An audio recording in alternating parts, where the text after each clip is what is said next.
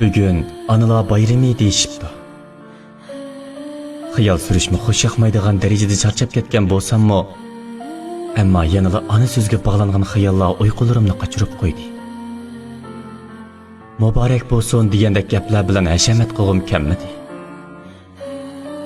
Nimani tabriklayman ana. Guldek yoshliqingizning, barna qiyofatingizning oilam, bolam deb bukilgannimi? Men sizlarni yaxshi boqolmagan edim deb o'zingizdan o'zingizcha afsuslanib ketishingiznimi? Toza qanot quyruqlaring yetilib parvoz qilganingda ajab yiningda bo'lanmidim bolam?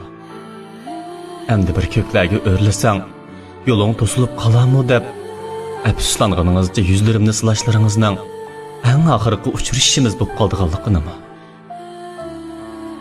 Men zotan nimani tabriklayman ana?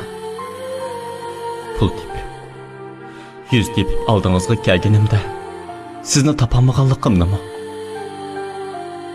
Chilinayotgan chavaklar, yig'ayotgan olqishlar ichidan sizni izlab alangab qaraganligimni?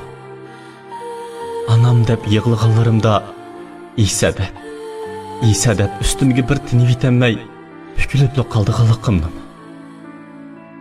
Agar bayramda cho'qim tabriklash kerak bo'lsa, unda sizning hayotlik qimmat qarshimni bekitib o'tgan esil tarmalaringizga, mangu qimmatini yo'qotmaydigan nasihatlaringizning tanlashlarimga ko'rsatgan ta'siriga tabriklar bo'lsin ana. Yig'lasam yig'lab, kulkamga kulgan, meni bir umr jilim deb bilgan, baldurlar